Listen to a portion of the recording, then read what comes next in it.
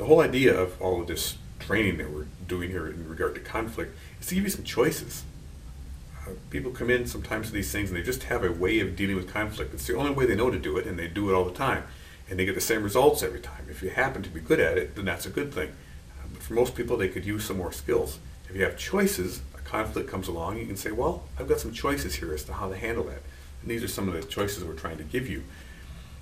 One of the things that's talked about in the book that I'd really like you to look at carefully is the construction of an assertive message. An assertive message is one where you've got to deal with something. You've got to go to someone and talk to them, and rather just blowing up at them or tell them what the problem is, really carefully choose language that is not offensive, that helps you get to your goal, helps you express what the problem is so that you can then have that constructive conversation about how to redeem the situation. The book talks specifically about how to create that assertive message.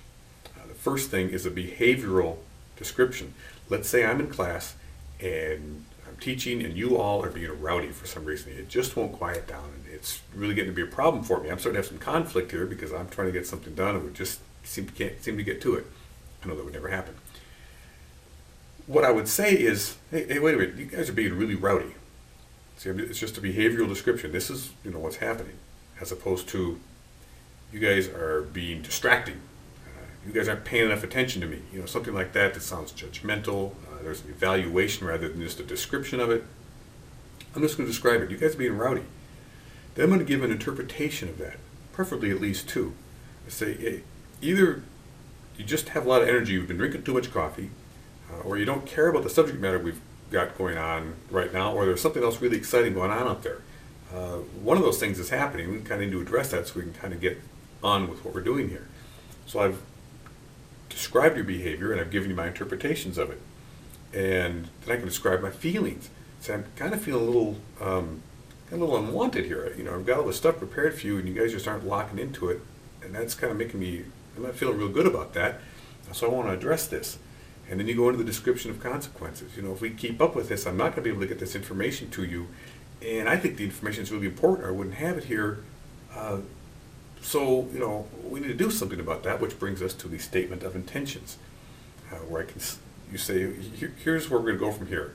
I need you guys to talk to me and tell me what's going on that's got all the buzz going so that, we can address it directly. Or if whatever it is gone, I need you to just kind of lock in here so we can get this thing done. So what do you want to do from here? Tell me what's going on, or can we just kind of get locked in? And that's a statement of intention. This is what I'm going to do. If this continues, this is what's going to happen. You can use this type of messaging with anybody. Next time somebody at work or a neighbor or something is, you've got an issue you need to bring up, rather than just shouting over the fence, hey, make your dog be quiet.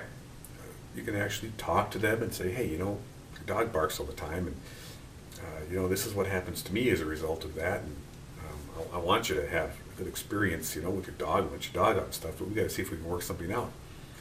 And that is the other key piece in conflict management, is when you're talking to someone about a conflict, talk to them about your wants for them, so that people can get defensive because they feel like you're trying to take something away from them.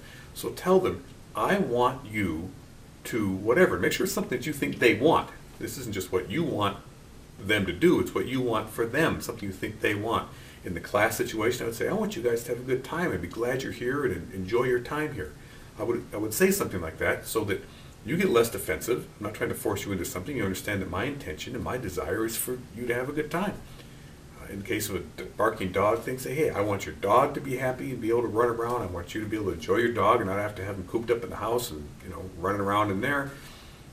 Then they know that, okay, this person's a little bit on my side here. He's not trying to take something away from me, but trying to resolve a situation. That can really help diffuse things. Now I've got about all the time I can use here, so we're going to have to leave it at that. Please remember in your speeches for next week, we've talked about this, but those first two sentences, know what they're going to be, and get up there and nail us right between the eyes with it. Don't start, I don't want to hear this, don't start with, tonight I'm going to tell you about. That's a really weak start. Begin with, bang, attention getter right between the eyes, or something. But know what those first two sentences are going to be, so you can come up and start out confidently and then relax that you've got a good start, and then the rest of the speech will go much better.